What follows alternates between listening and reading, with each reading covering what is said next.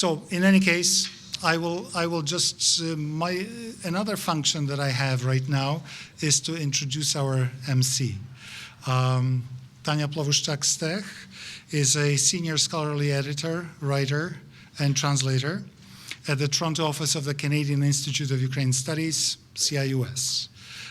One of the work focuses that she has is the large-scale, very popular English language internet encyclopedia of Ukraine.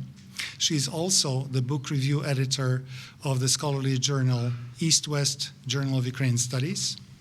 Notably, Tanya is a core member of the Hrushevsky Translation Project editorial team led by editor-in-chief, Professor Frank Sisson. And recently, Tanya was awarded the Grand Prix Award from the Peterson Literary Fund as a co-translator and managing editor of Volume 2 of Mikhailo Hrushevsky's Fundamental History of Ukraine Rus. Tanya, could you take over?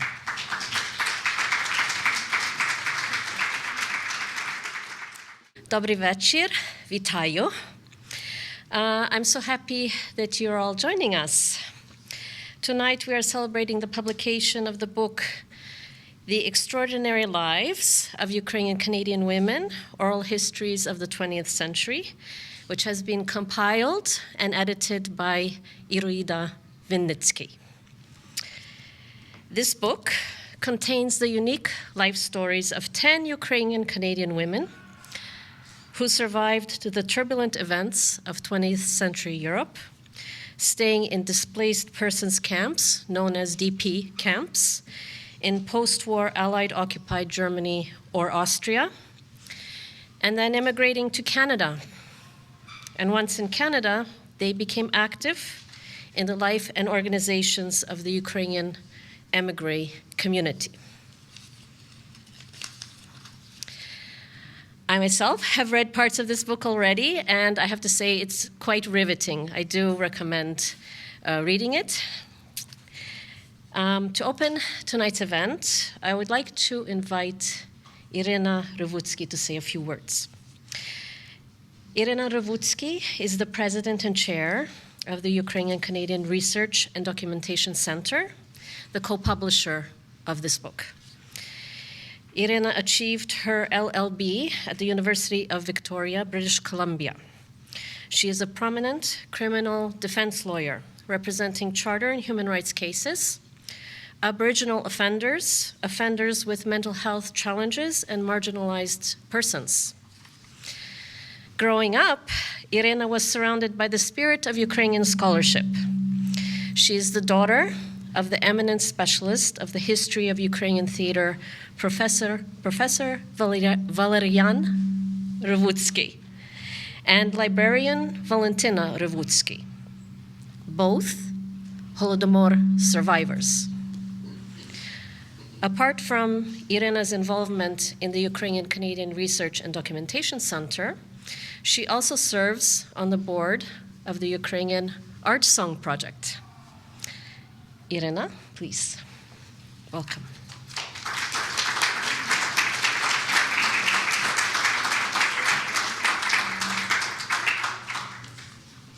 Добрий вечір і щиро дякую, Таню, за вступ. My goodness, you made me sound far more important than I really am. Thanks for that. Let me first say how wonderful it is to see you in person. I think we've all been missing. Yes, let's clap for that. In-person events. Virtual appearances are fine, but in-person events are just better. Так що вітаю вас всіх.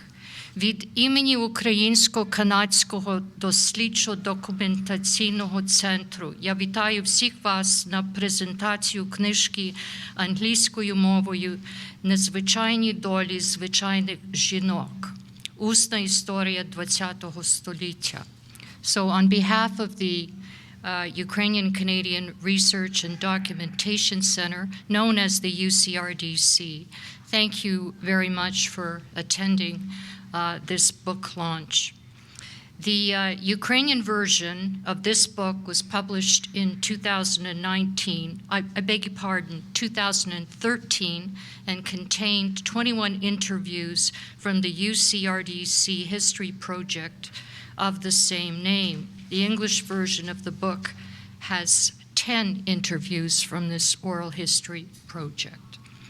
And speaking of extraordinary women, and Tanya has alluded to this, this book was compiled and edited by none other than our own Iroida Wynnyckyj, who I know is somewhere here in the room.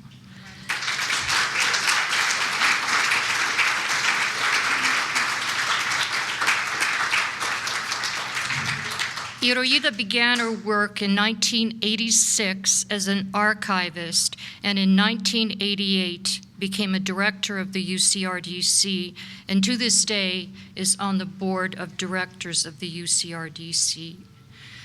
Let me share with you that any time that I mention my affiliation with the UCRDC, everyone says the same thing. You must know Iroida Wynnyckyj. What project is she working on? Tell us about that. So I sometimes think that the UCRDC should be renamed and we should call it Iroida's Archives. Anyway, Iroida, I have a suggestion. I think we can have an extension of this project, The Extraordinary Lives of Ukrainian-Canadian Women, and just call it Next Generation. What do you think, Iroida?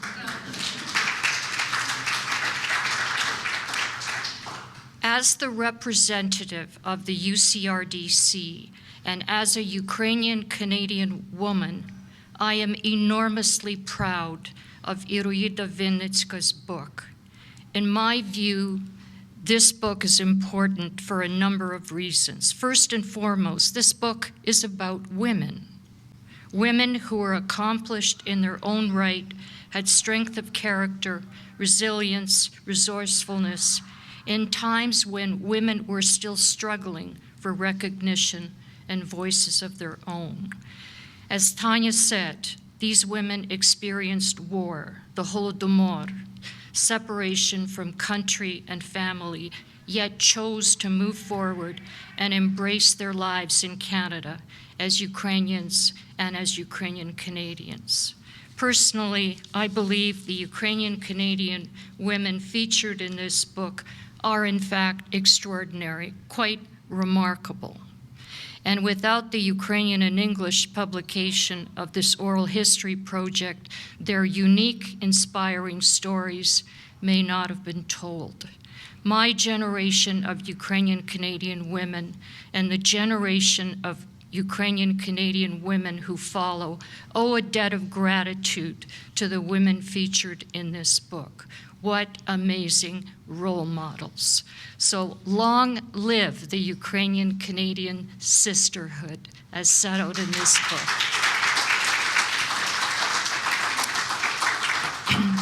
The Extraordinary Lives of Ukrainian-Canadian Women has academic value for scholars and students studying gender and women's studies and Canadian and Ukrainian history. This book also has the added benefit of being immensely readable while providing the reader with an insightful personal snapshot of Ukrainian and Ukrainian-Canadian history from a woman's perspective. Please, please buy this book. You won't regret it. The proceeds from the sale of the book will be generously given to the UCRDC. Our very own tour de force, Iroida, will be pleased to autograph your copy. I encourage all of you to look at the UCRDC website and consider volunteering with us. The UCRDC has many extensive and fascinating collections about the Holodomor and other topics, such as the recently acquired Vasek film collection. That is a very interesting subject. We have oral history projects. We have films about the Holodomor, World War II, letters, artifacts, archives, etc., etc. Come and have a look and join us. Just on a bit of a more sober note, a very brief word about the war in Ukraine. At the UCRDC, as I'm sure for all of you, this subject is never very far from our hearts, our thoughts, or activities. The war in Ukraine may have in fact intensified the work of the UCRDC, as there is a heightened appreciation for the need to preserve archives and documents for future generations of Ukrainians and Ukrainian Canadians, so historical events can be put into context, analyzed, and never forgotten. The UCRDC mission, preserving the past for future generations, зберігаємо минуле для майбутніх поколінь, in my opinion, has never had more significance than in these times. I look forward to Professor Sisson's remarks and to Professor Steck's remarks and to Professor Hanenko-Friesen's main presentation, and my personal thanks to them. And thank you, all of you, for permitting me to say a few words on behalf of the UCRDC. After our presentation, please stay and meet Iroida. You have to meet Iroida. She is the woman of this evening, and have a chat with the rest of us from the UCRDC. Special thanks to the members of the UCRDC Publicity and Promotion Committee, particularly to its chair, Hrestia Kolos, to Nadia Lutsiev, to Bozhena Gembotyuk, our administrator, and to UNF for their assistance in organizing and promoting this event, and to Future Bakery for providing tonight's sweets. Enjoy the evening. But I have one more thing to say, and it's an important one. Please join us on October the 16th, 2022 at 2:30 in the afternoon at St. Volodymyr Institute to celebrate our significant milestone, our 40th anniversary. We all expect you. Mark your calendars. So ще раз щиро вам дякую за присутність і за увагу. Слава Україні!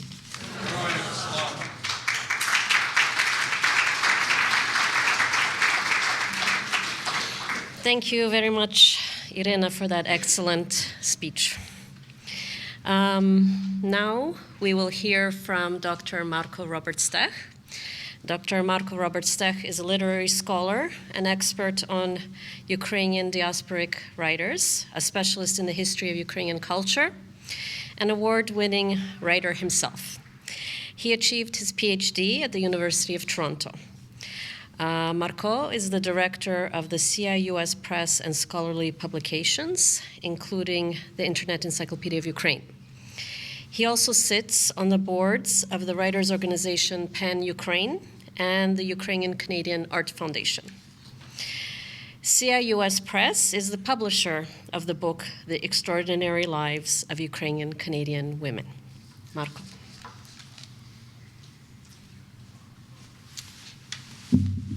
Thank you, Tanya.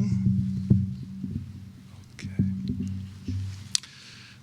We have quite a rich program for you today, so I will be as brief as possible. But I wanted to tell you something. I wanted to put this book, this very, very fascinating and interesting book, into a sort of broader context of the publications of our Canadian Institute of Ukraine Studies Press. We are sort of a middle-aged publishers because we are over 45 years old. In 1977, we published our first book. Since that time, we have published over 220 books. If you, those of you who know us, know that much of what was taught at universities in North America in Ukrainian studies was based on our publications. Since at the beginning we were one of the very, very few No. No. Please.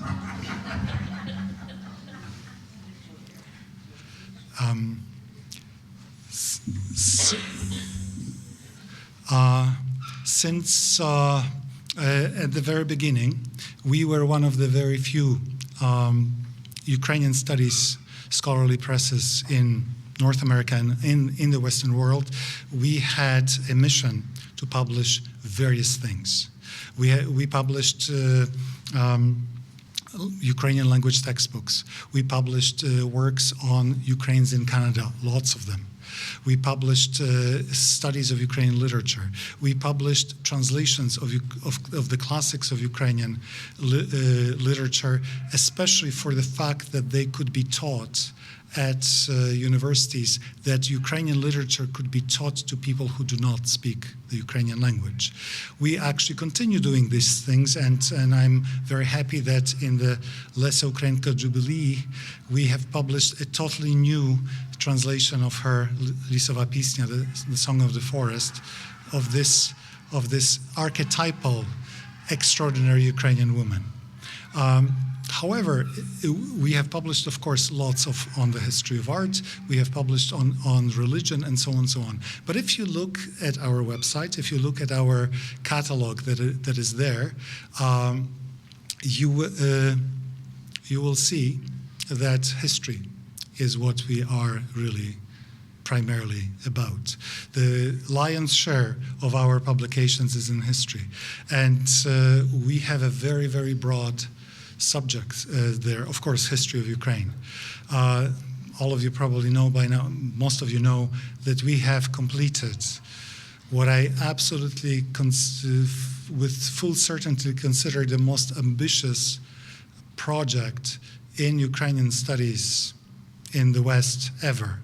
The publications of the 12-volume History of Ukraine, Rus by Mikhailo Hrushevsky, in academic English edition, with phenomenal additions to what the excellent original had. So this is one end of the spectrum of our publications, but we have a number of very many monographs on various topics, starting from the very early stages of medieval and early modern Ukraine. For example, the book Ukraine Between East and West by Igor Shevchenko. Then, because we always had leading specialists on Ukrainian Cossacks on our staff, we have quite a few books on the Cossackdom and the Ukrainian Cossacks. We have a whole series of books on Western Ukraine, on Galicia, especially in the 19th century, and the formation of Ukrainian identity. In general, the formation of Ukrainian identity is this study that we have put much attention into. In the 18th century, we are just about to publish, together with McGill Queen's Press, two phenomenal books, the history of 18th century Ukraine and the 19th century Ukraine history, by Sergei Bilenki, who is there by the books, a leading scholar on that period. We also have a whole number of books about the Ukrainian Revolution of the 1917-1920. We were the first who actually really published books on that extremely important topic. We then have the entire library almost already on the Stalinist repressions, and especially on the Holodomor, because we have, of course, the Holodomor Research and Education Center at our institute. And I can go on and on, Second World War and the Soviet times, and also post-Soviet Ukraine. However, history, it's much more complex than historical monographs. We have learned to understand history through these macro-historical views. We see history in terms of countries, states, rulers, armies, wars, and all of these can be basically described in half a page or even sometimes in a sentence. And we sort of have this delusion that we understand history as it was. However, this is the bird's eye view of the history. But there is a very, very, very important other view of history from the grassroots level, which is absolutely indispensable if we are supposed to understand historical process in their actual fact. And I will give you just one example. If you look from the point of view of macro history on the Soviet Union, USSR, it seemed like an indestructible fortress. It seemed like a perfect system that managed to completely suppress its community, its whole society, and nobody was dared to, and except for perhaps one or two brave souls, dared to say no. And in 1991, this collapsed totally. And how are we supposed to understand that? We are supposed to understand it by studying the microhistory, the diaries of dissidents, the memoirs of people who were the first protesters against the Soviet system. And then actually even something much more mundane, the people's opinions about their lives, people's opinions about how much they make, how free they are, and so on and so on. And it is through this that we start to understand how this system collapsed from inside. So this is another area of history that we went very deeply into. Apart from the monographs of a traditional sort of classic type, we went very deeply into the study of microhistory. And this is particularly strong in cooperation with our partners in Lviv, Ukraine, in our partners from the Petro Jacek program for the study of for modern Ukrainian history and society. Frank Sisson will say more about these books, but I will just mention that we have published a number of diaries, of documentary materials. We have published a 3-volume massive edition about one small village in the Boyko region. And it's just an accident that Professor Sisson's ancestors hail from that village. But you will be able to see some of these books there. But then today's book is a very important example of this trend in our publication process. It is so important because also, as Irina said, it speaks with the voice of women. It's very rare. If we think about how they described very traumatic events, we can think about our current times, our historic times that we live into, how important it will be to have eyewitnesses accounts from Bucha, from Irpin, from Izium. These accounts will determine macro history. That's why sometimes small is large. And this book, through seemingly experiences of ordinary women, describes really extraordinary circumstances. Thank you very much.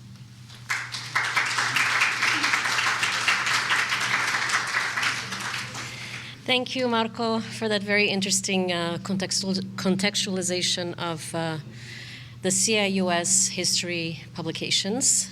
And by the way, the three volumes on Father Mikhailo Zubritsky are really very, very interesting. They're huge, but they are really very interesting.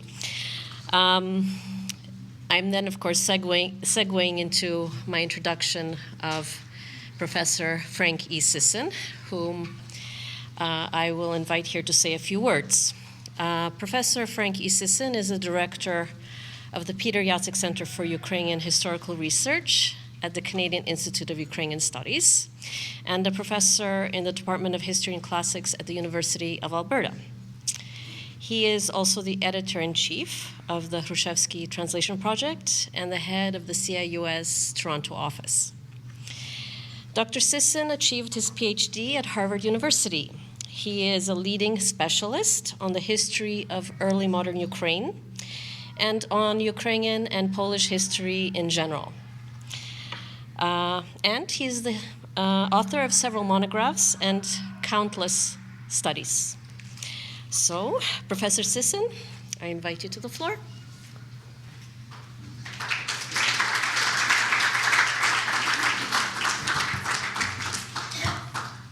First, I would like to encourage you to pick up our freebie. The freebie is the CIUS review, bilingual, and it has the 12 Hrushevsky volumes covers on it. This will give you a great advantage in your discussion with others if you haven't quite read all of them yet. They are really quite beautiful in the artistic works, and each one relates to the specific period. So it's also a good way to get into Ukrainian art history. So that's back at the table with you.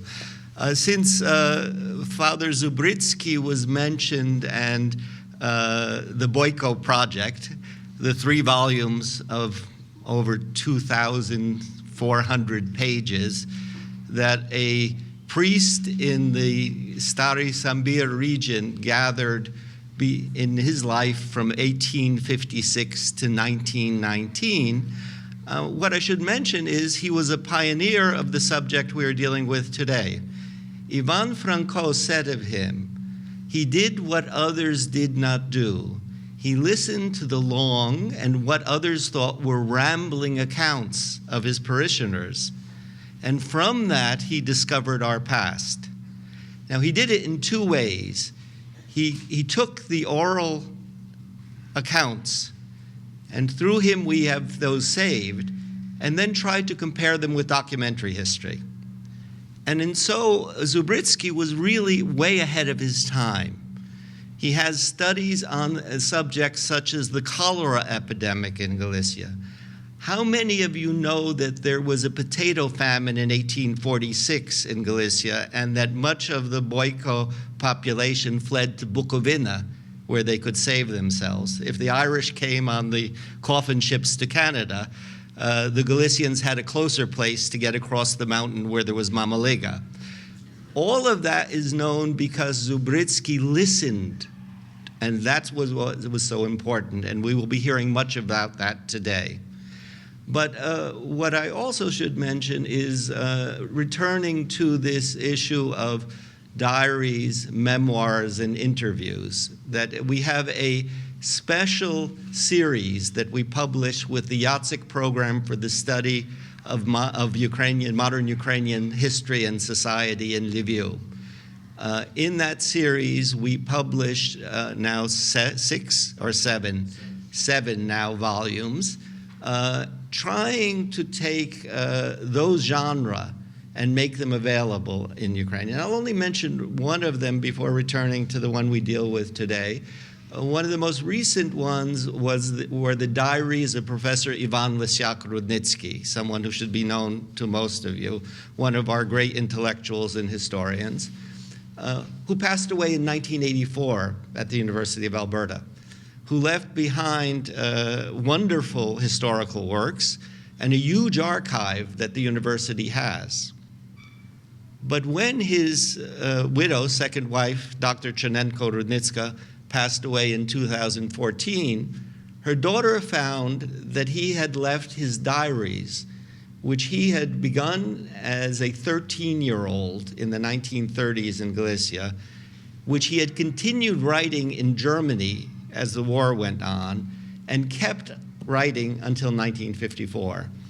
They were all kinds of scribbled notebooks, what you could get during World War II, and the daughter sent it off to Professor Rudnitsky's son. She was a stepdaughter, who was a professor in Florida, who then sent them to us in Toronto to say, what should we do with this?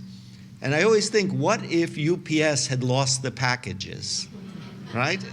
And this is We are all thinking of Ukrainian history as the damage is going on in Ukraine, as the Chernihiv archive has been destroyed and we have lost so much of our history. Well, this was a case where we found it was found. Two, it did make it to us. And fortunately, in the modern world where we can scan and send things to our colleagues in Lviv, we were able to scan these all, work as a team, swearing everyone to secrecy, because they were diaries. They were not intended by Professor Wynnyckyj to be published. So a decision had to be made, and above all made by his son. What were we going to do with them? How personal the things involving of course, one of the most prominent Galician families, the Western Ukrainian families, the Wynnyckyjs, but also his life, his opinions. Fortunately, Petro the son is a professor of English literature, but is also a Freudian psychologist, and believes that you should put it out there. And so you will find published those diaries in one of the volumes we have there. Print is a bit small. We're going to try and put much of it online, but it's amazing work.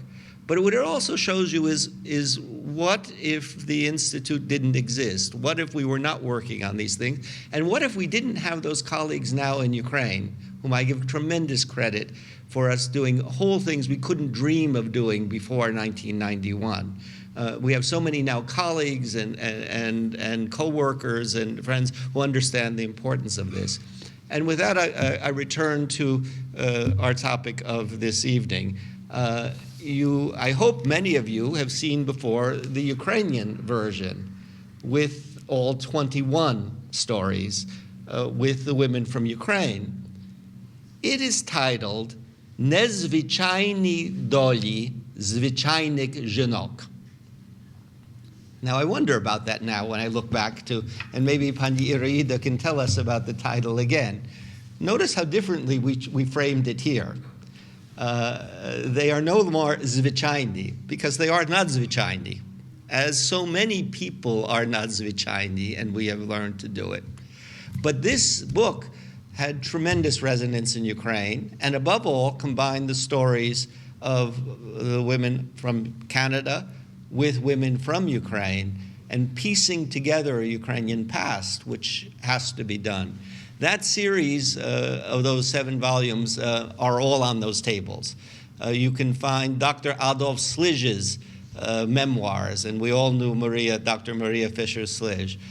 You can find Irina Kozak, a heroine of Upa, her memoirs in this, the Wynnyckyj diaries. There are a number of others of these, the Motto family stories. And I suggest you look at those, because they really are a way to follow what has been suggested by Dr. Steck. That is, how we look at microhistory and how that microhistory becomes much larger.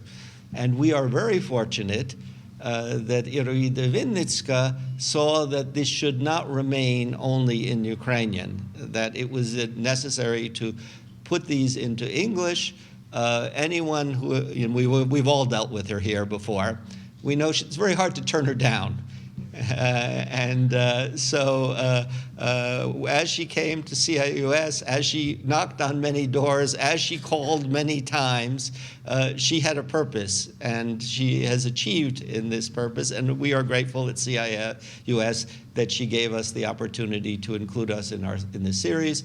I would also mention Dr. Yaroslav Hrytsak, who helped us tremendously with the first volume in Ukrainian and wrote its introduction. You'll be hearing about some of our other colleagues in Ukraine, but certainly they were important in this project in gathering material. And through the ocean, across the ocean, we did as much as we could to make these stories both available to Ukrainian readers who needed very different kinds of explanations at times than the Canadian readers will. So thank you very much, and enjoy this evening.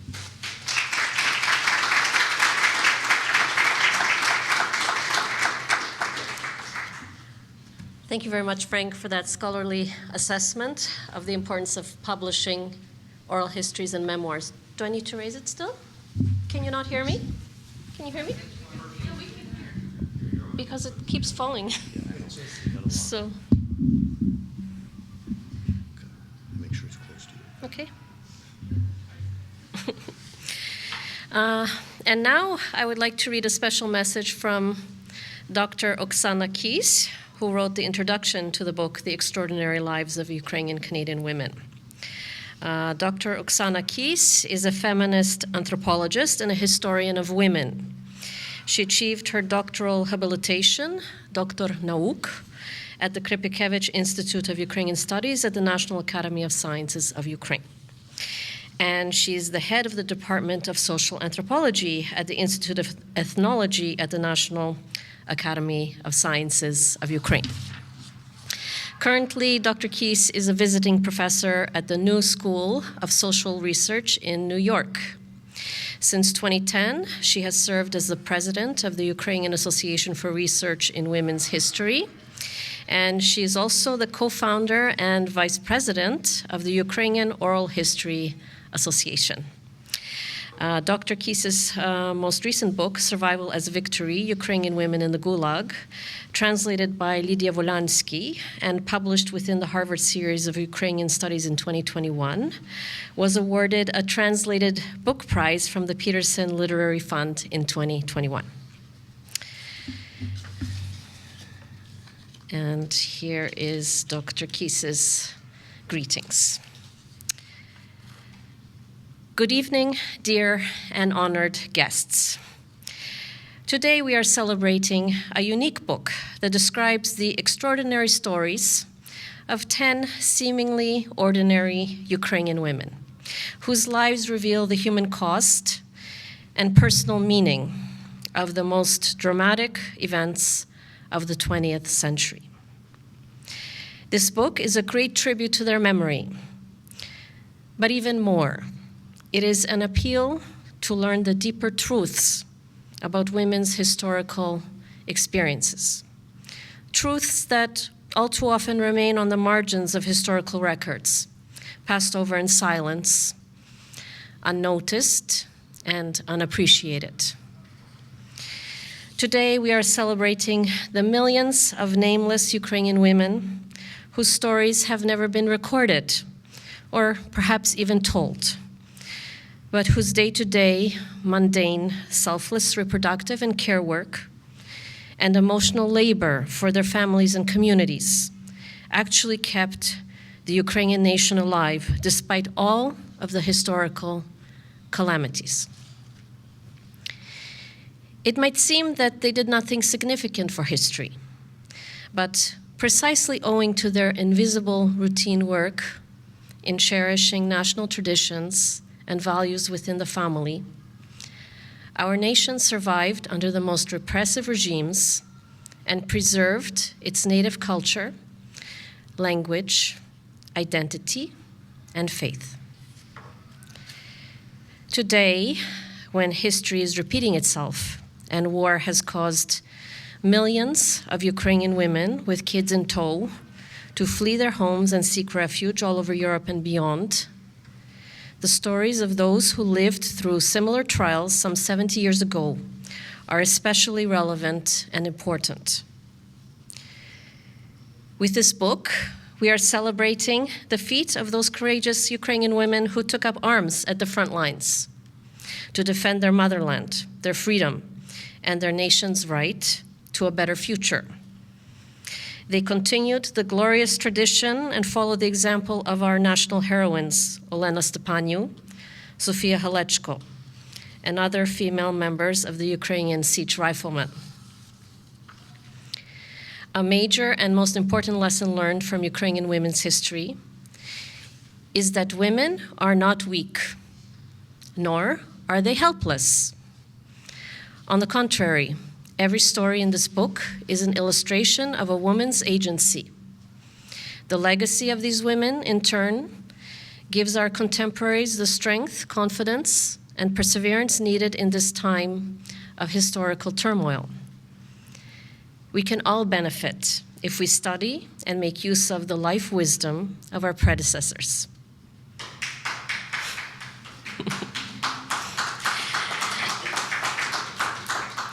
Today, we are also celebrating a group of women whose commitment and tireless efforts brought this book to life. All of those who recorded the interviews, transcribed them, and translated, edited, and prepared them for publication. I extend my most sincere gratitude to dear Pani Iroida Wynnyckyj, whose personal leadership and passionate dedication to promoting Ukrainian women's history serve as a true source of inspiration and deserve our highest admiration. Today, we are celebrating Ukrainian women in Ukraine, in Canada, and all over the world who stand strong and united for Ukraine's victory. This global sisterhood feels so tangible, so real, so powerful, like never before. The historical trial of this existential war makes us acutely aware of our common roots, our fundamental unity, our shared identity, and our joint strength as women and as Ukrainians. I am happy and proud to be part of our global community. I am humbled and honored to be part of this remarkable celebration of women's history and the launch of this excellent book. Congratulations to all of the book's contributors and to CIUS Press for this valuable publication. Oksana Kis.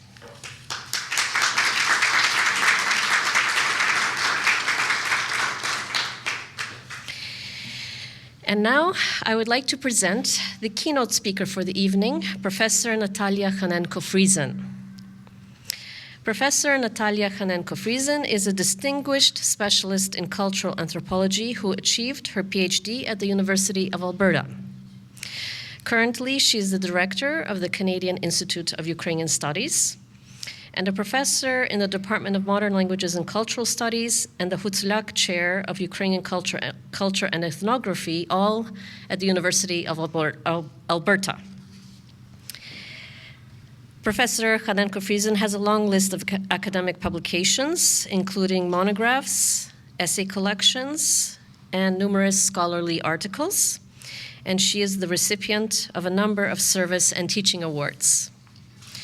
One of her current projects is an assessment study of post-1991 Ukrainian immigration to Canada. Professor Friesen, Hanenko-Friesen, please.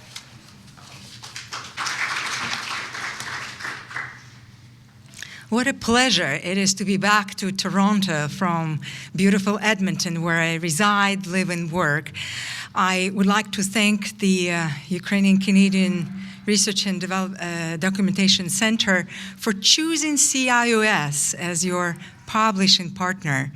I would like to also point out that your participation and your choice to work with us had in fact introduced a change in the direction of how our colleagues who have been discussing the publishing projects in our institute are going to be working on from now on.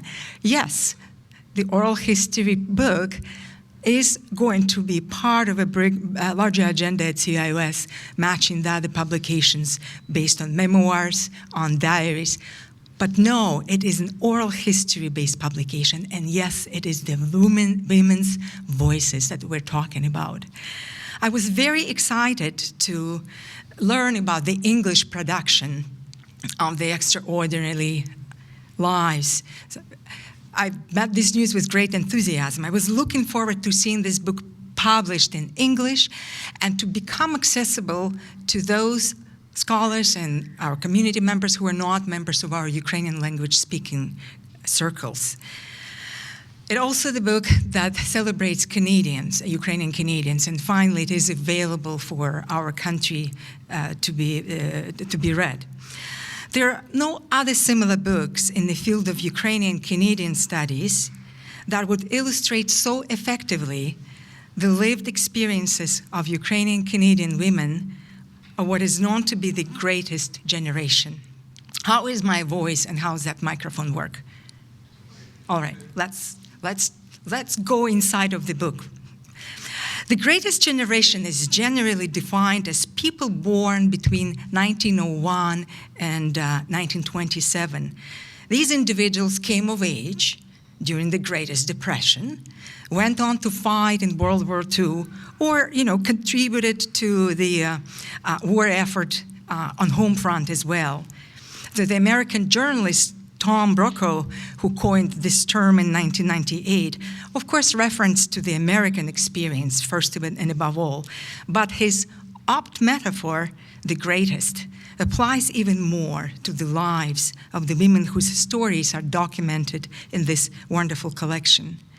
10 women's voices published here present in their intimacy and great detail a uniquely Ukrainian version of this generation's experience.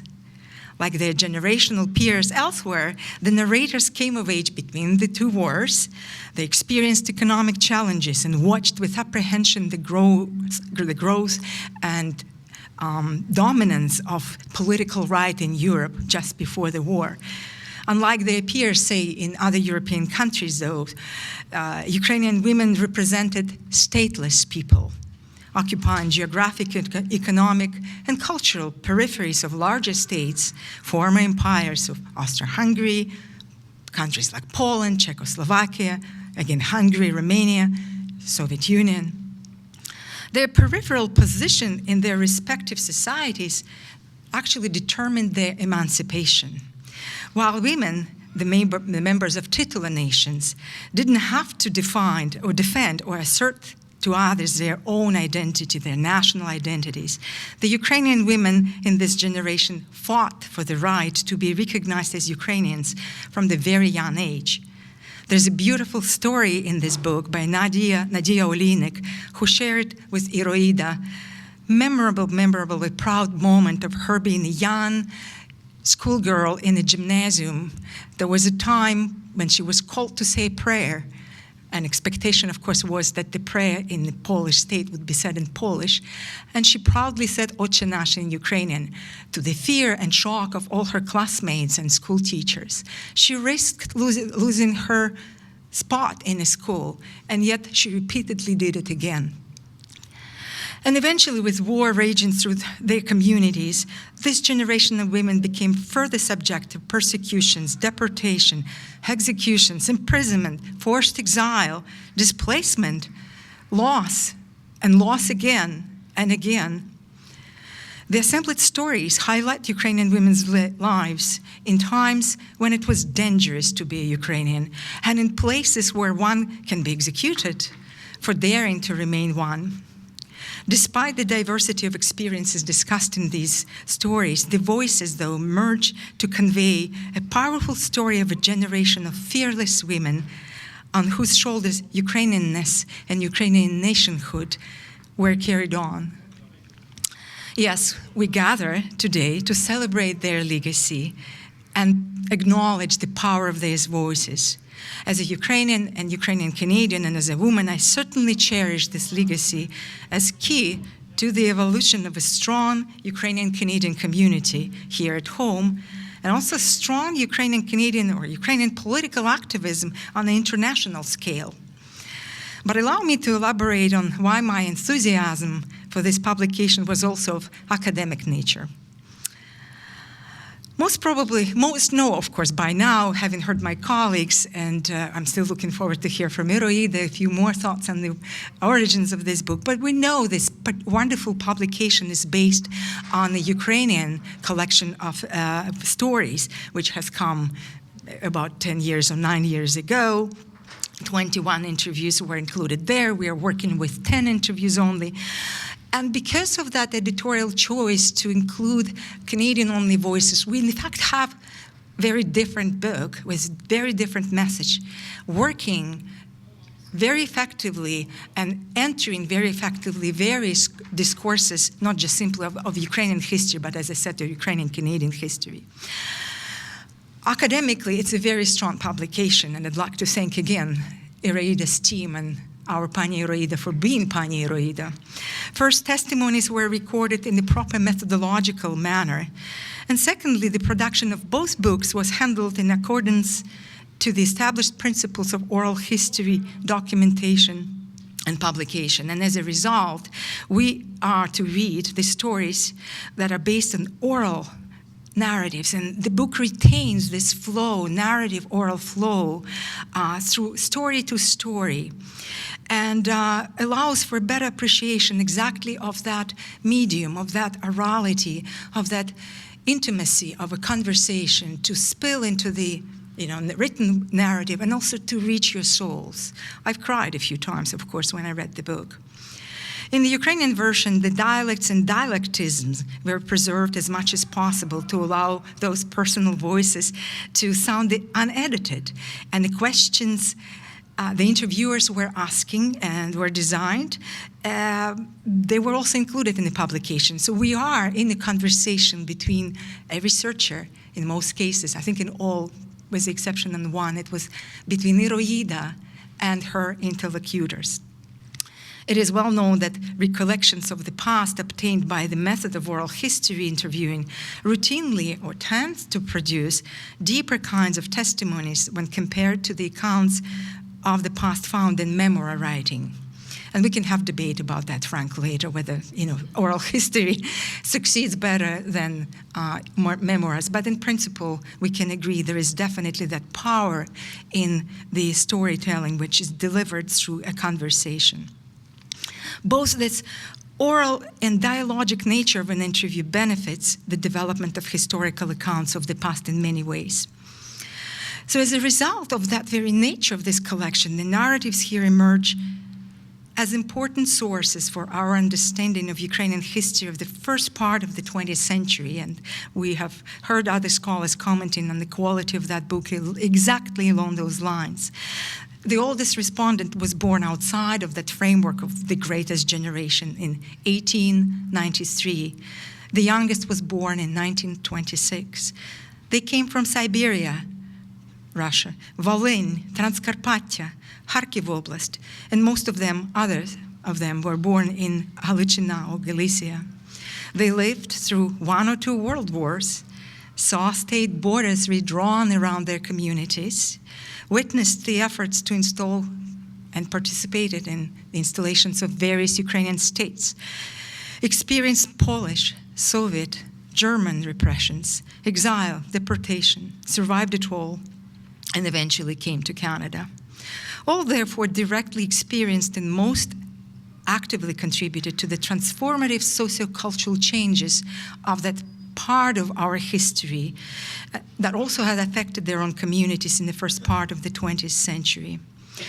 No wonder that in the course of this history, rural and small-town Ukrainian women, of Western Ukraine especially, were emancipated in modern selves just over the course of one generation, which is a leap in terms of anthropological and historical developments. Importantly, Yaroslav Hrycak, in his introduction to the Ukrainian language publication, pointed out that Ukrainian women's first step towards this emancipation was through becoming nationally conscious Ukrainians.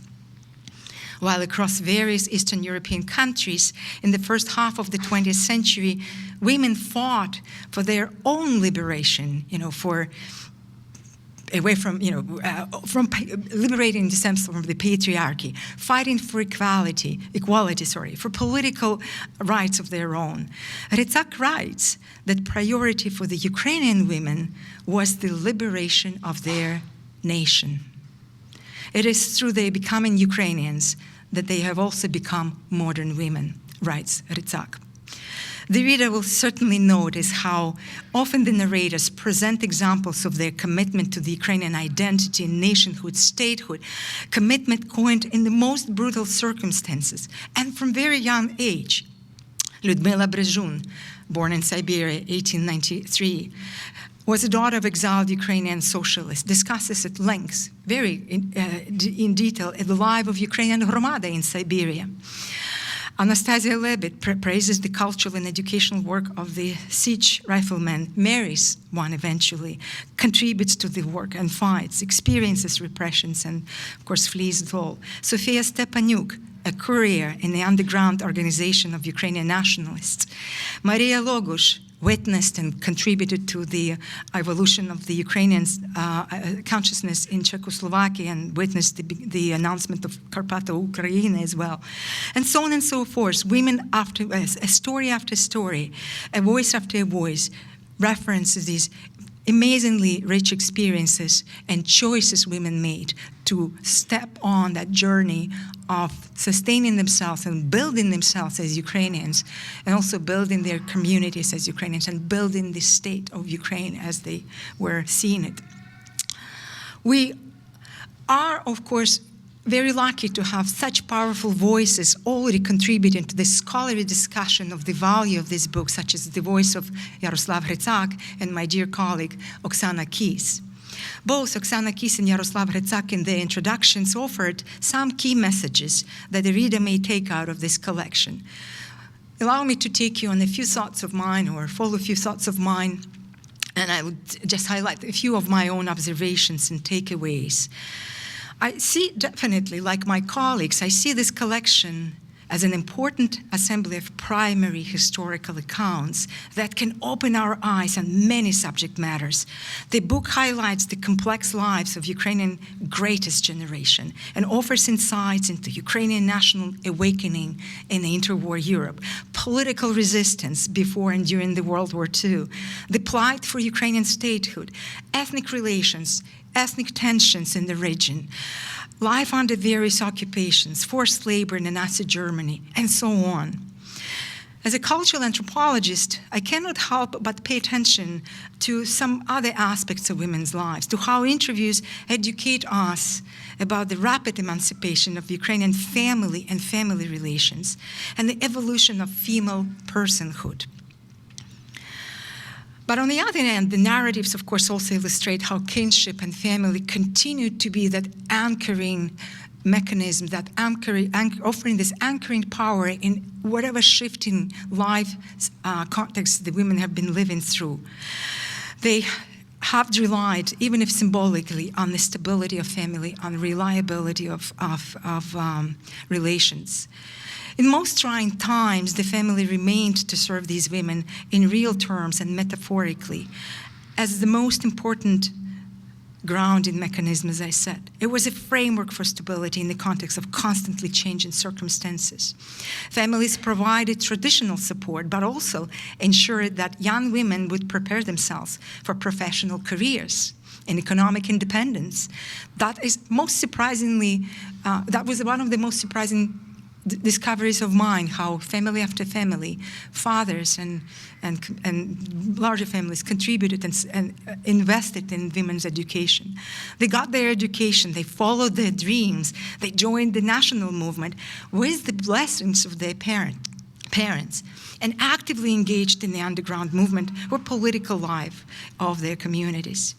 This differed dramatically from, of course, the lives and experiences of their mothers, who would bear more children, who would be more tied to the family, would remain less educated, and generally would probably have less power, less say in the family, although, of course, life is always more complicated, and we as women, we know of power and who holds it in the Ukrainian family. But nonetheless, fathers served for these women to be most important reference, not reference points, but they were referenced so often with so much respect and admiration.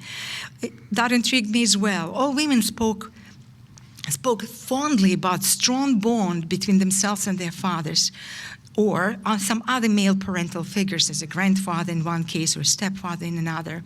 Mothers, of course, were mentioned and discussed and loved, but not in the context, perhaps, of some pivotal changes in the course of women's life. So we pay attention to a story, to a narrative which is describing a life. That's the interesting entries that parental figures make in the accounts of these women. Why is it so? Of course, perhaps fathers, members of the previous generation and leaders of the family still wielded more authority over their lives, perhaps. Most fathers were also responsible for these women's educations. Maybe that's also a reason. There's so many. Maria Horbany, for example, spoke about her father moving the entire family for his daughter's education. It's very moving. Daughters, of course, also discussed how much they missed their executed parents and their fathers, like Anelia Varvaruk, Nadia Stahiv. The other interesting observation which I made for myself reading the book is the descriptions of the change, well, or rather how the book actually illustrates the changing nature of femininity as we might understand it in these most turbulent times. Women's sense of personhood continued to be informed, of course, by various things, but also by their femininity. But femininity became subject to many challenges and changes.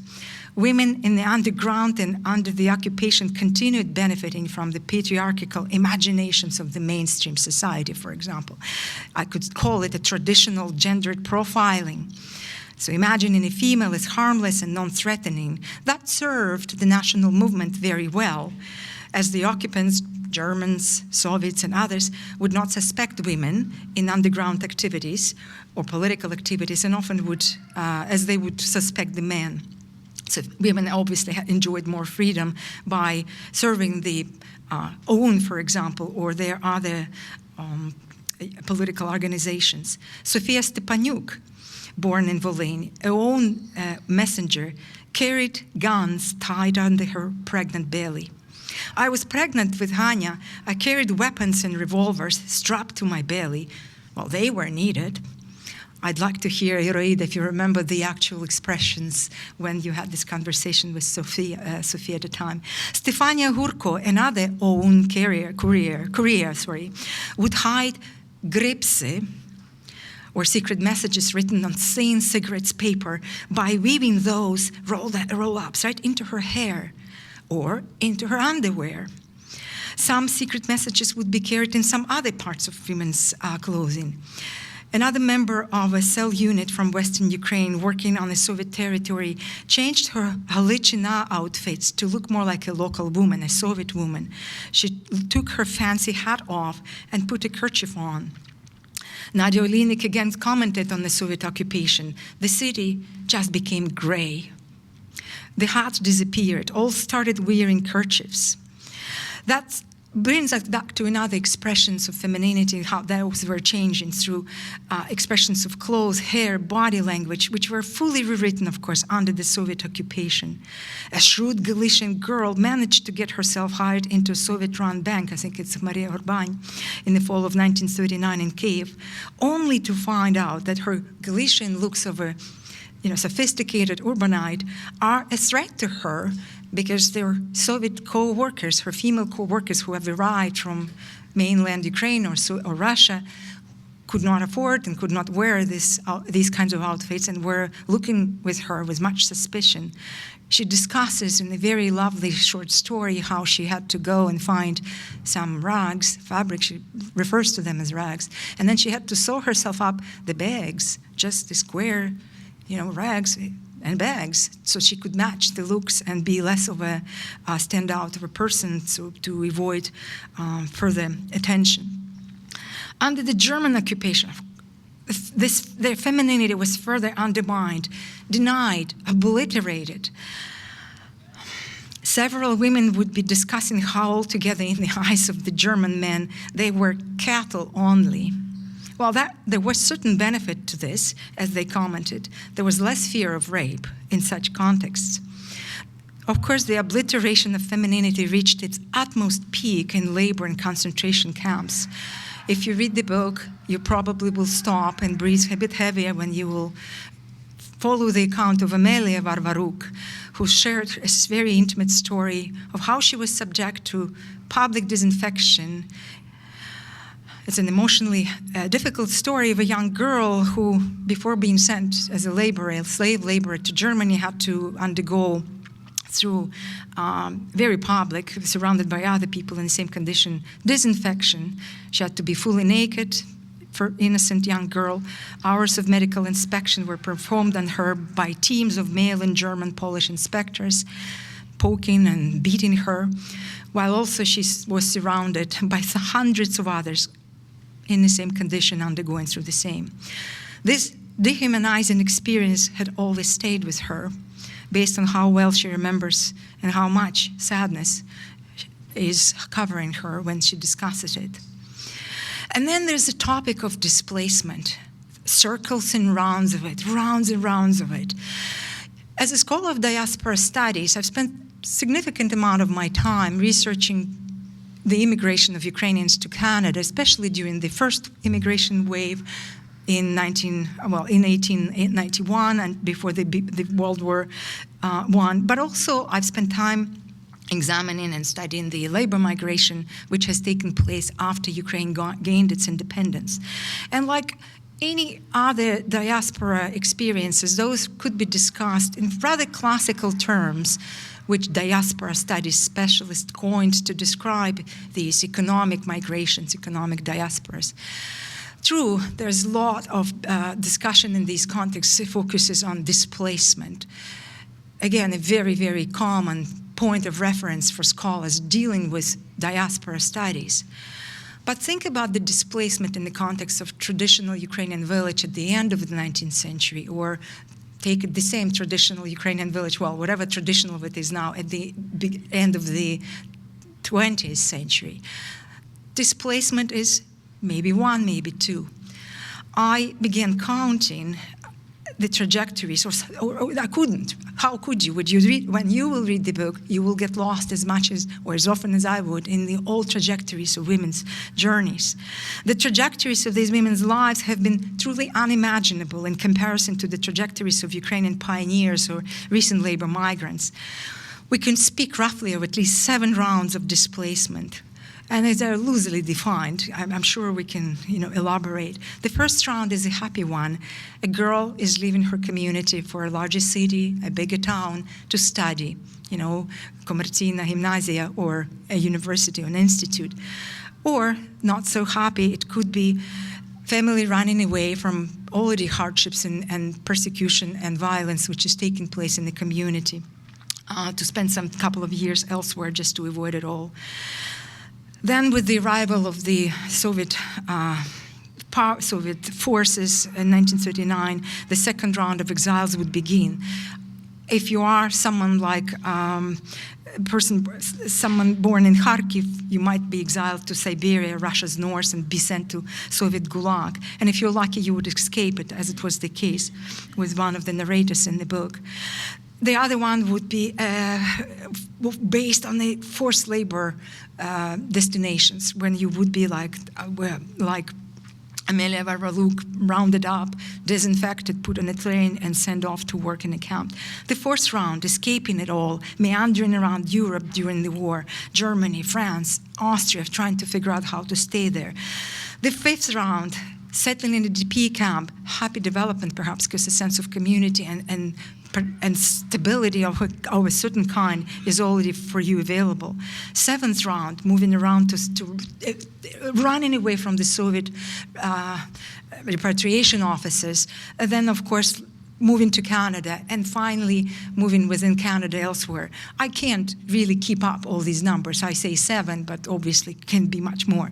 It is dizzying. Try to keep it all in counting all these destinations brought up in each and every story.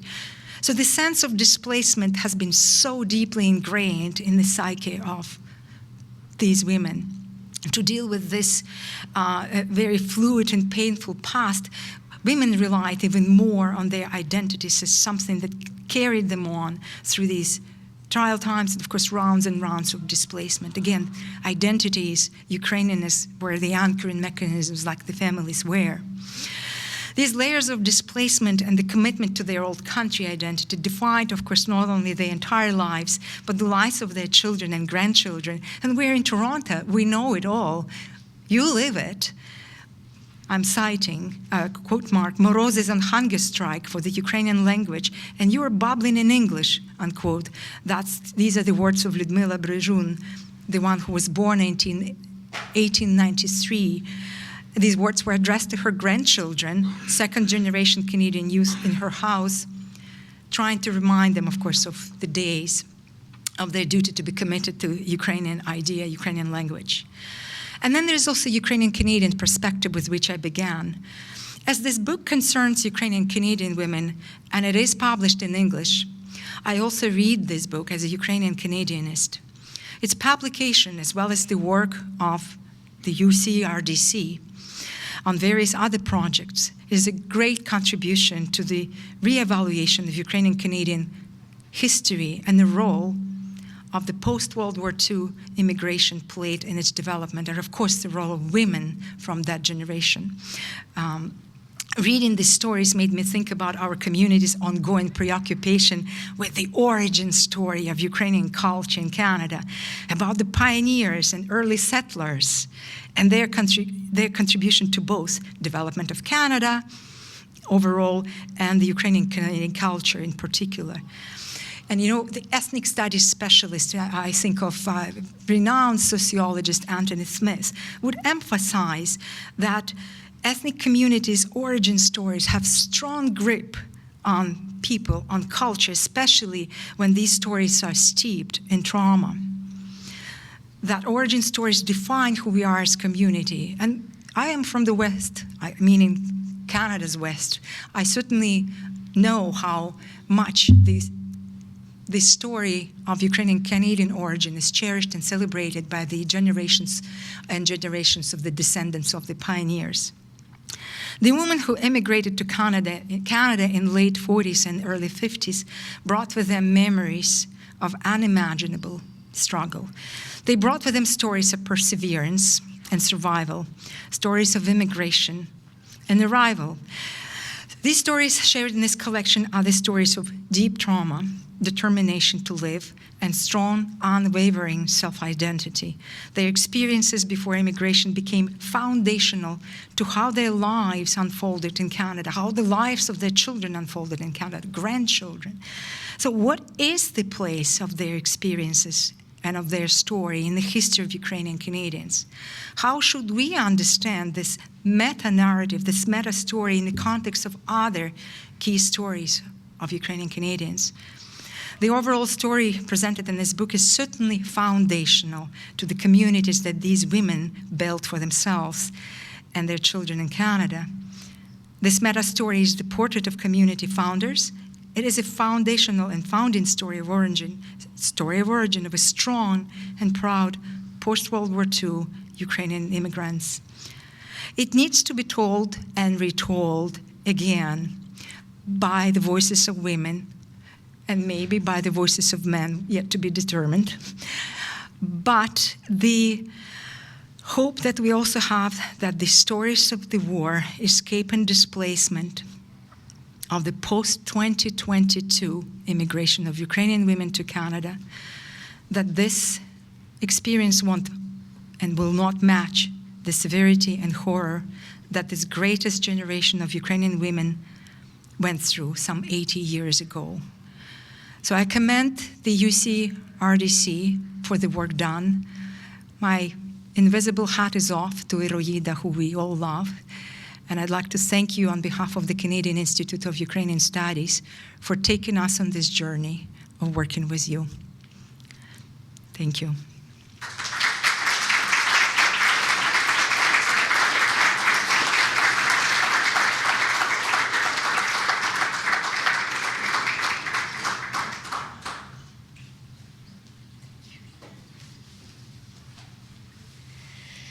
Thank you very much, Natalia, for that very rich scholarly presentation about this very powerful book. Now we will hear from Iroida Wynnyckyj, the compiler and editor of the book, The Extraordinary Lives of Ukrainian Canadian Women. Iroida Wynnyckyj is the heart and soul of the project that first produced the Ukrainian language book, Надзвичайні долі звичайних жінок, The Extraordinary Fates of Ordinary Women, and has now published this English language edition.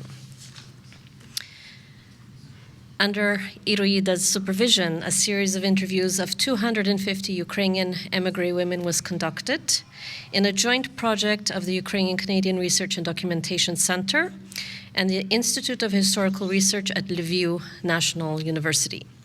Iroida conducted most of these interviews herself. Iroida holds a master's degree in Slavic studies from the University of Waterloo, where for some time she taught Ukrainian language and literature. She is an experienced archival and oral history researcher and a longtime member of the board of the Ukrainian-Canadian Research and Documentation Center.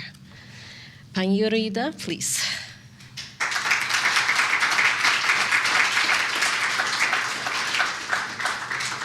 Добрий вечір. Я не знаю, чи мене чути ліпше чи гірше. Шановні присутні, ladies and gentlemen, the work on this book started 21 years ago. Yes, 21 years ago. The Ukrainian-Canadian Research and Documentation Center embarked on a project to collect interviews with Ukrainian women. A year later, the Institute of Historical Research at Lviv University joined the project. Soon after, the series had grown into a collection of 250 interviews of women living in Canada, Ukraine, Poland, Germany, Australia, and United States. Later, 67 life stories were selected for closer analysis. Of these, 21 were chosen for publication in the original language. Незвичайні долі звичайних жінок. Усна історія ХХ століття.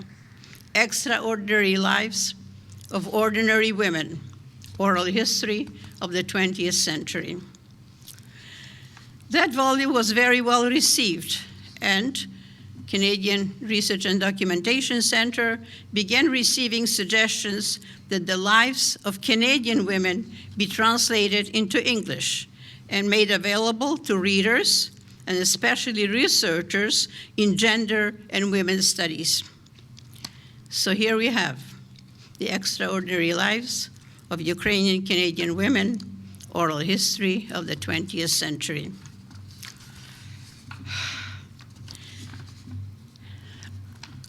How many of you remember these extraordinary women?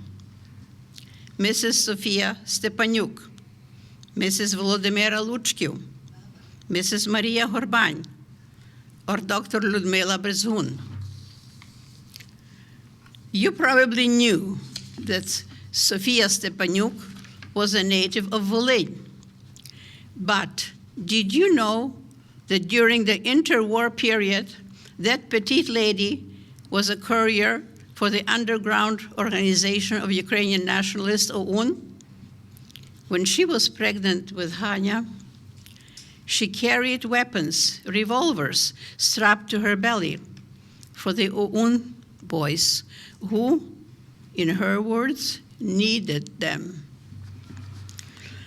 You probably remember Mrs. Maria Horbань.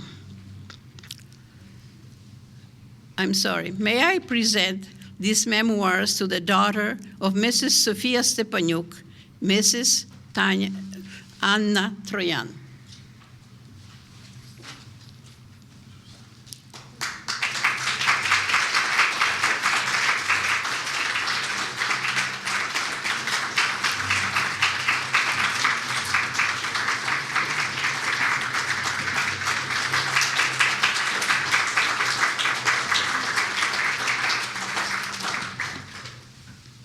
Thank you. You probably remember Mrs. Maria Horbань at the PLAS summer camps and PLAS rallies, or me as an active member of Liba Ukrainian Catholic Women, or SFUZHO.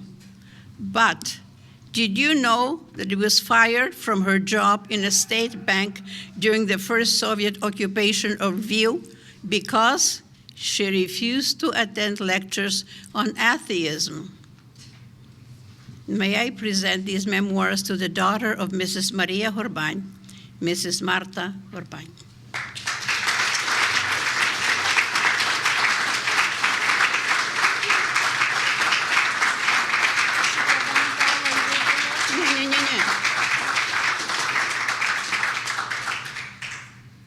Many of you remember Volodymyra Luchkiw as a curator of the Ukrainian Heritage Museum in Kasaloma, or maybe as an active member of SFUZHO, or a longtime volunteer at our documentation center. But how many of you ever heard of Volodymyra Luchky as a secret liaison to the undercover OUN, or as a German prisoner, or how she managed to escape from that prison? May I present the memoirs to the daughter of Mrs. Volodymyra Luchky, Professor Maira Subtelny.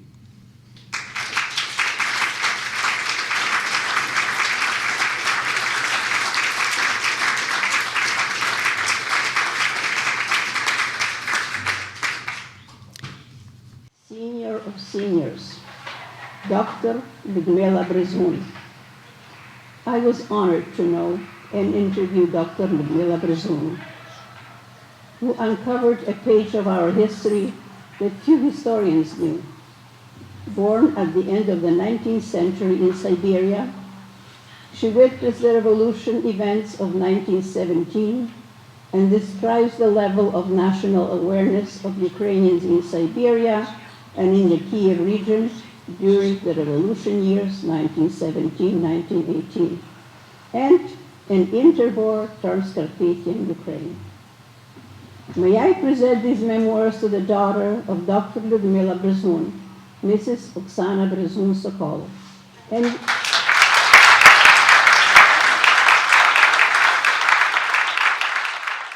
on behalf of the daughters of the women whose interviews appear in this publication, I suspect that I was chosen because I'm possibly the oldest one among his daughters, and knew of most of the mothers.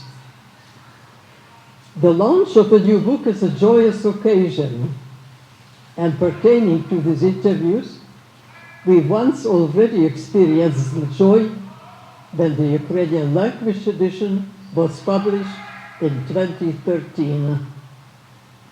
In many ways, our mothers' lives reflect the experiences of countless Ukrainian women during the turbulent 20th century. Wars, persecutions, forced labor, migration, DP camps, and lastly, Canada. Through it all, working, cooking, and acting in the community, and yes, giving birth and raising children. They sacrificed much as they strove to give their children a Ukrainian upbringing, incubate ideals of Ukrainian nationhood, and on practical basis, the opportunities to succeed in life. Each had a story to tell, and this is why oral history is so important. Reading my mother's interview, not only are forgotten snippets of her life remembered, but also facts come to light which I was not aware of. But more importantly, these histories present facts, details, and observations in the words of those who were witness of those events, reflecting their emotional connection to the era, the trials and tribulations.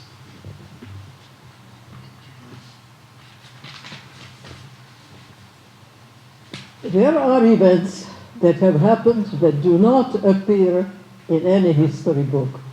And how could they all? Some are witnessed only by a few and chronicled by no one.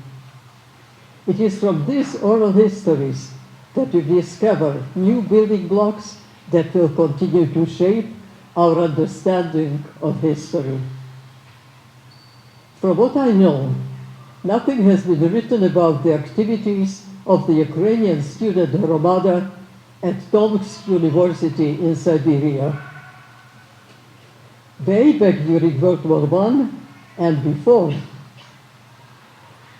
and during the Russian Revolution in 17, this Hromada organized a march with banners such as Free Independent Ukraine.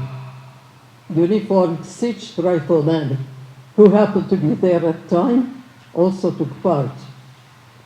Had Pani Wynnyckyj not interviewed my mother, who participated and witnessed these events, they probably would have been lost to history, along with many of the other previously undocumented fragments recollected by these 10 women that make up this wonderful book. And from us, the daughters of the oral chronicle of history found on the pages of the extraordinary lives of Ukrainian-Canadian women, a sincere thank to you, Pani Iroida Wynnyckyj.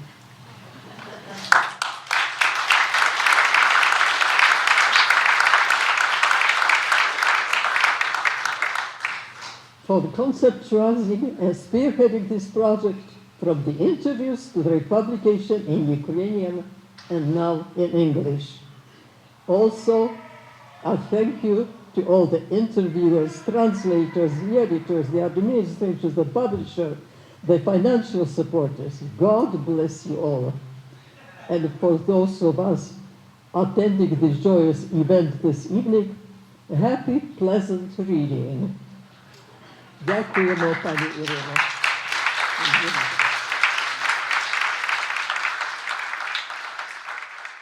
Really now have to pick up the English version, in particular for reading the many notes. And one of the things I think that is particular in this version is our editor, Roman Senkus. I might add, when Dr. Stek said that the Institute has been going since 1976, he might well have mentioned, and our editor has been there for all of those years, with the immense knowledge that he assembled. And you will really find explanations of many things that of course you know, but maybe need to be refreshed on. So I think with that, you will find putting the English and Ukrainian books together might be a very interesting experience.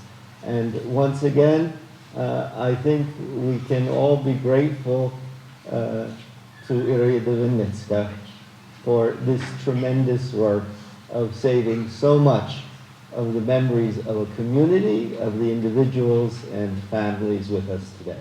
Thank you.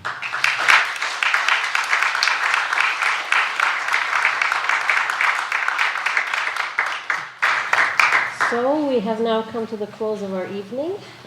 Thank you to the organizers of this event, to the speakers and participants, to Future Bakery for the sweets, and to all of you for coming out this evening. I will make a couple of announcements, if that's all right. The Ukrainian-Canadian Art Foundation, which is just on the other side of this building, is opening its third season of contemporary Ukrainian immigrant diaspora literature series with the book presentation by Victor Malarek, the book Wheatshaft. It will be tomorrow, Friday, 30th of September at 7 p.m. And at the same time, the Ukrainian-Canadian Art Foundation is still hosting its exhibit of renowned Canadian artist Peter Shostak until October 9th. And of course, we'll just say again, remind you about the 40th anniversary of the Documentation Center that will be taking place on the 16th of October at 2:30 p.m. at St. Vladimir Institute at 620 Svidina with a presentation by Dr. Zorianstek. So, thank you very much again. Copies of the book, The Extraordinary Lives of Ukrainian-Canadian Women, as well as other CIUS publications are available for purchase at the table at the back. Thank you.